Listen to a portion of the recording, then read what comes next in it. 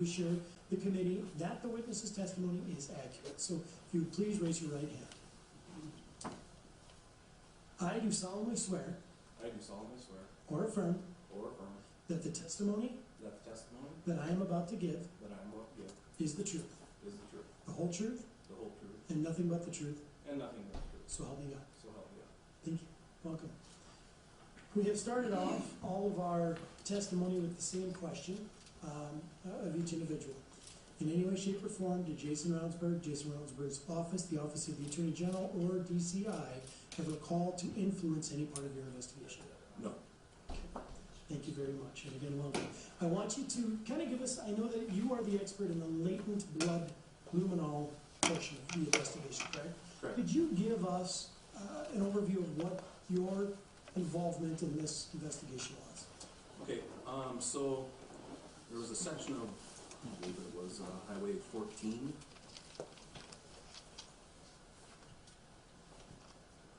That they wanted to use the Blue Star. And Blue Star is a reagent that reveals, when used, reveals bloodstains that can be wiped off. Bloodstains have been cleaned up, wiped off, or are invisible to the naked eye. So if Blue Star comes in contact with blood, it fluoresces blue in color. Okay, Mr. Getz, could you please pull up the photo of the entire grid of the luminol star that he had, the luminol that he had done? And maybe I'll bring up that photo so you can walk us through it. Sure.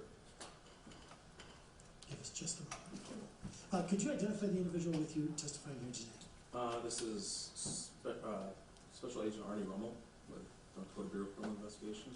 Would be my supervisor. Okay, thank you.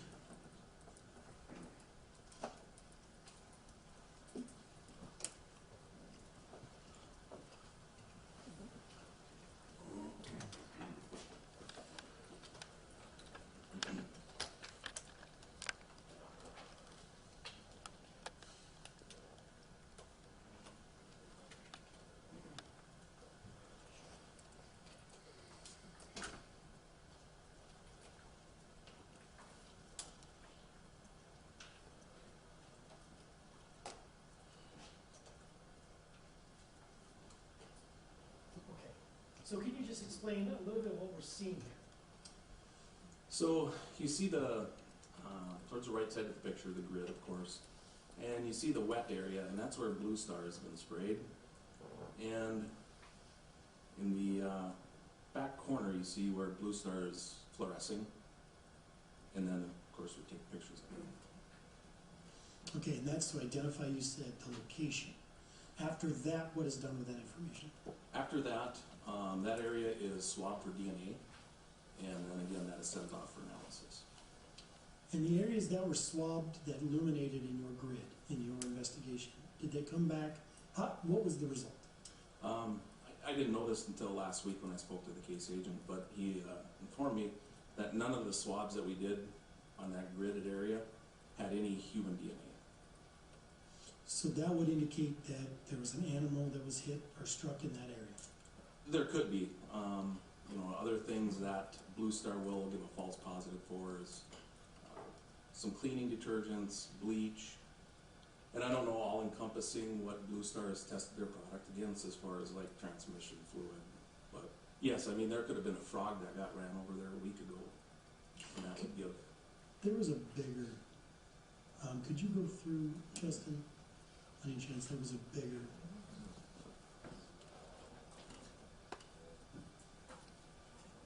And then what was the reason for picking this spot to spray with Lumo? Just to be all-encompassing of the whole road. We didn't want to try and cherry pick one area. It was do a larger area, just to see like a grand scheme of things, if possible, what happened or what was going on. So was this originated as the original point of impact? I mean, how do you know where to start? How do you know where to stop? I believe, let me refer to my report real quick.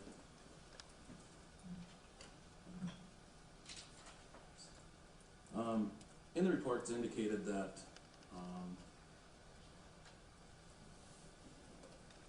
it It was in the area that we chose was in the proximity of the location of the first piece of debris from Jason Rogensberg's vehicle. Okay, so that was probably, and we may be speculating, but where they thought the initial point of impact was. I would believe so, saying that, you know, the debris, starting at the debris and then going out from there, so. So this illumination that goes off to the side of the road was not in any way tied to this investigation? Again, going off of knowing that none of the DNA swabs from any of the areas that luminesced came back to human DNA, so again, that's, I would say it's non-evidentiary because of that. Was there anything out of the ordinary the way you did this as opposed to the way you would regularly do a luminol portion? No. The reason it was gridded off is because once you spray Blue Star on, for instance, blood, it only fluoresces for, you've got about 1 to 2 minutes. So it fades. So you've got a time frame in there where you want to, you only have so much time to get a good photograph of the area, and then also mark it for later taking DNA swabs. So that's why it was gridded off in that fashion. And you were unhindered by traffic or any other outside source when you were trying to do that on that site? Yes. There was a little bit of other lighting issues, but nothing that we couldn't work around. Okay. Were you asked to do anything out of the ordinary through this investigation? No. Through your portions? No. Nothing above and beyond or less than? No, I had a pretty limited specific role in this investigation, but through my time, no. Is there's nothing out of the, were you shared back any results other than 2 weeks ago?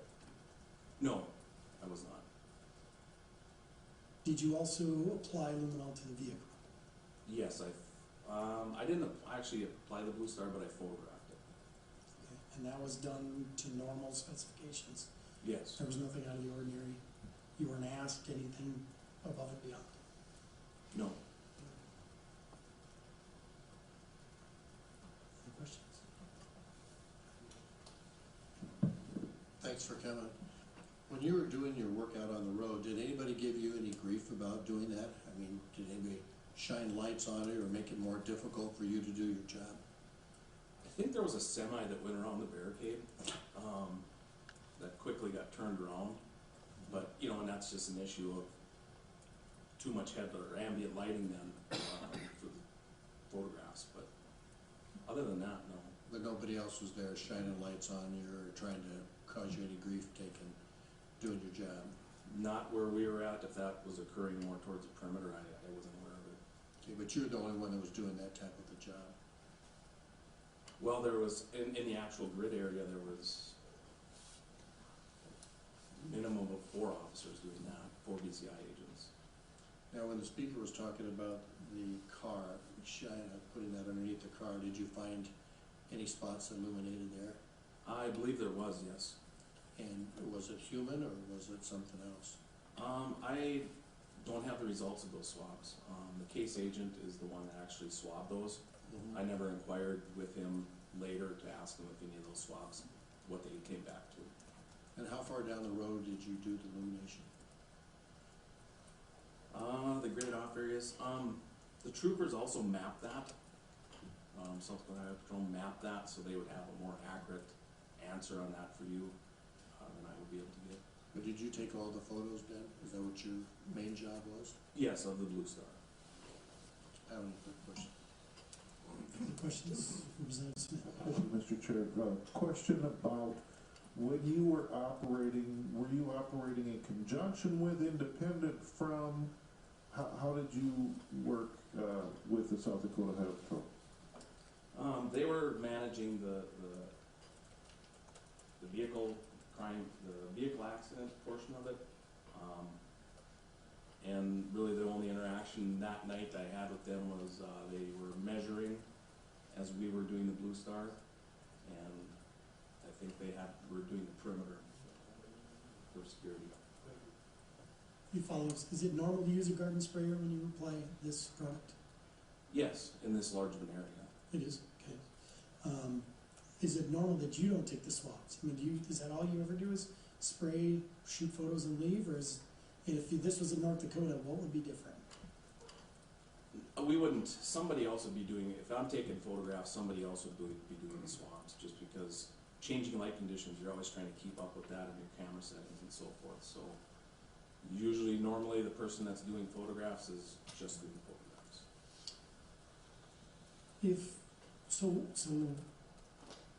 Was there any indication as to why you didn't do more of the area? Why just that grid? I wasn't privy to that.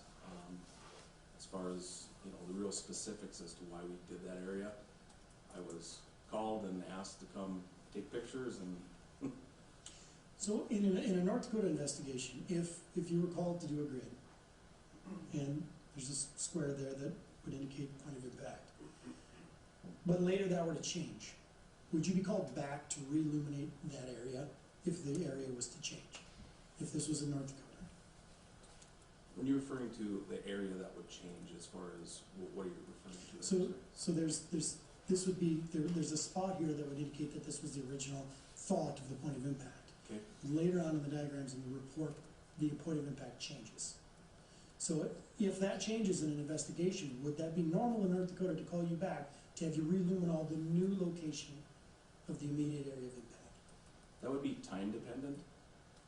Well, how much time? I mean, what are we talking about? I mean, if it was a month, 2 months, 3 months, it probably would be not something we would do, because the chances of actually getting something evidentiary out of that after that much time had passed would be slim. So you're saying that the fluid that you saw here was likely done within the last month? I can't say to that exactly. Thank you, Mr. Quam, for being here. I really appreciate it. Forgive me if I'm overlapping, but I'm just trying to understand. So you only did the blue star in that gridded area and nowhere west of the gridded area? Is that accurate? To my recollection, yes. Okay. How long after the crash did you do that blue star?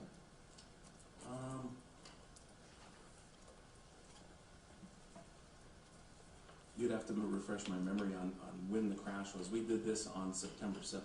Okay.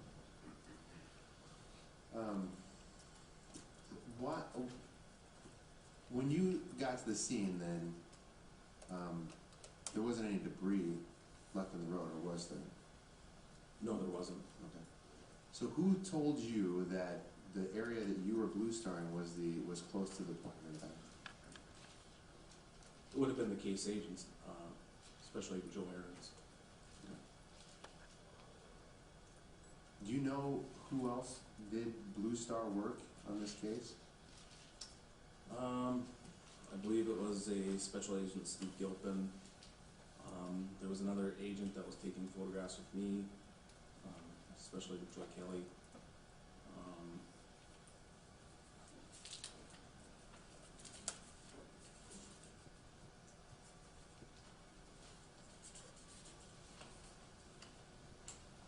Special Agent Sean Bannett, Special Agent Daniel Blood. Are these all North Dakota people? Yes.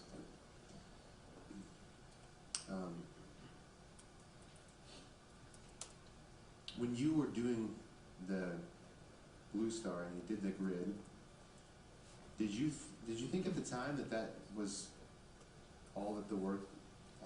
Was that all the blue star that was to be conducted on the scene? Did you know that there was like another area that would be blue starred later, or that was blue starred before? I was not aware of that.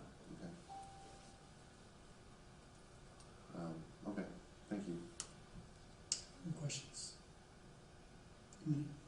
Mr. Chair? Representative Hauger.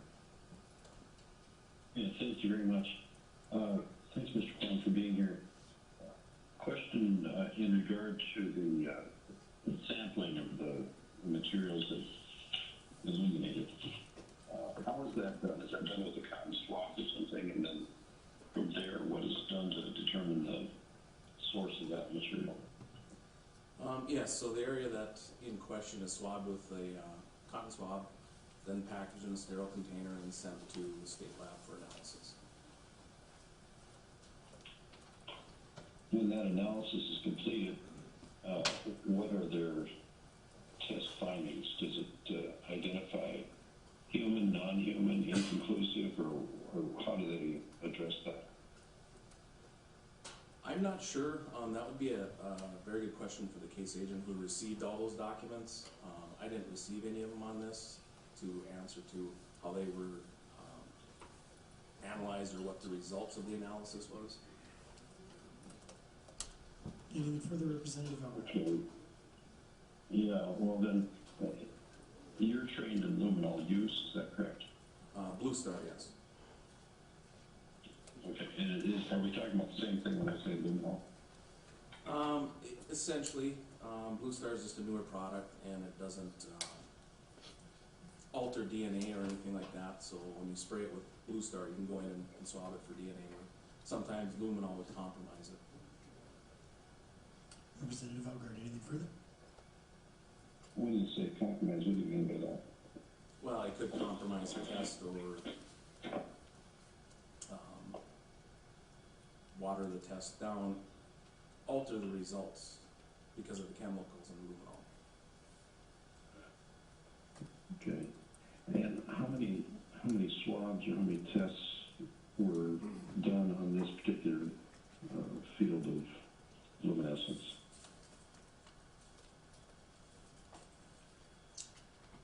It looks like there were 8 swabs done. And how many were identified as human? None were identified as human.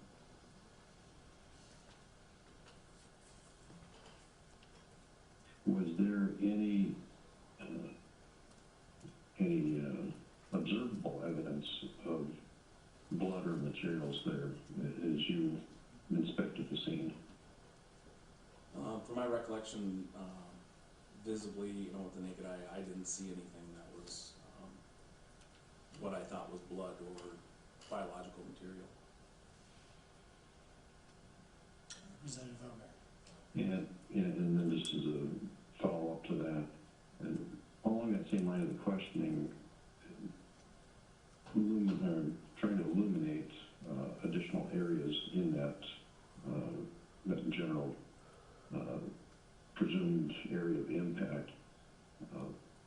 Were you just instructed that this is go back to this point here and go forward X number of feet? Is that how you were directed on this, or tell me? When we got there, we were shown the area that they wanted to apply the Blue Star. And when I say they, it's the case agent who has decided that this is the area that we're going to do. From there, it's, we made a decision that we would grid it up into these grid quadrants, and that's how we came to that decision. Representative Algard, And when you use this material, you indicated sometimes it could flash on other substances, but for the most part, it's intended to be used to identify a response to blood itself, whether it's human or non-human. Is that correct? Correct.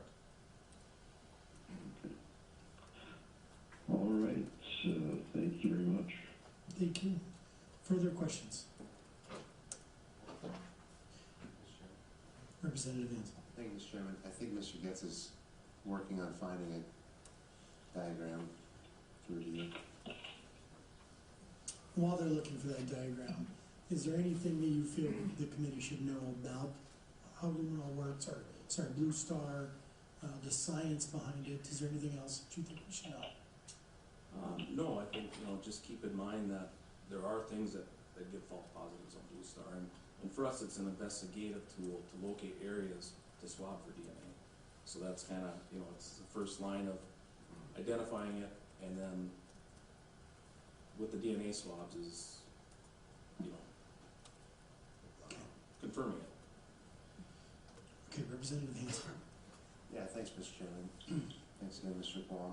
So this diagram shows where your grid was drawn relative to the debris field. So, and they marked the point of impact. Maybe this was unknown at the time, you know, we don't know all the details quite yet, but the point of impact, I believe, according to the report, is basically at the beginning of that debris field. And so, if I'm understanding this correctly, and maybe we'll get more clarification later, but it does say blue star quadrants right there. The area that you were blue starring was before the point of impact, it seems. That's the first time I've seen this. Yeah, it would appear on that, but again, you know, I said I apologize for not being able to answer these types of questions, but these were decisions that were made that we were going to do this area before I even got there, so. Yeah, it's fine, don't apologize, and I just sort of made a statement, and yeah, I'd like to get your sort of take on this, because does it seem odd that this quadrant, and maybe it's just a mistake, I mean, it could have been an honest mistake or something, but it just seems odd to me that where you're doing your work is apparently, according to their report, it's, you know, pretty far east of where they think the point of impact was. Again, like I said, this is the first time I've seen this. I don't know. I mean, it could have been the information possibly that we had or knew at the time and didn't know until later.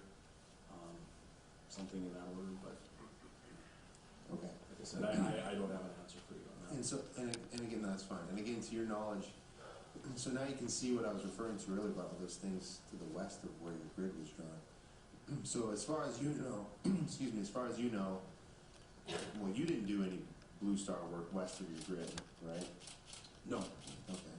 Did anybody else from North Dakota do any blue star work west of your grid that you're aware of? Not to my knowledge. Okay, thank you. Further questions? Hearing none, thank you very much. At the moment, we would ask that you not be released from your subpoena, but please sign the sign-in sheet at the back. Thank you. Okay. We have one more testifier that we would like to hear from yet today.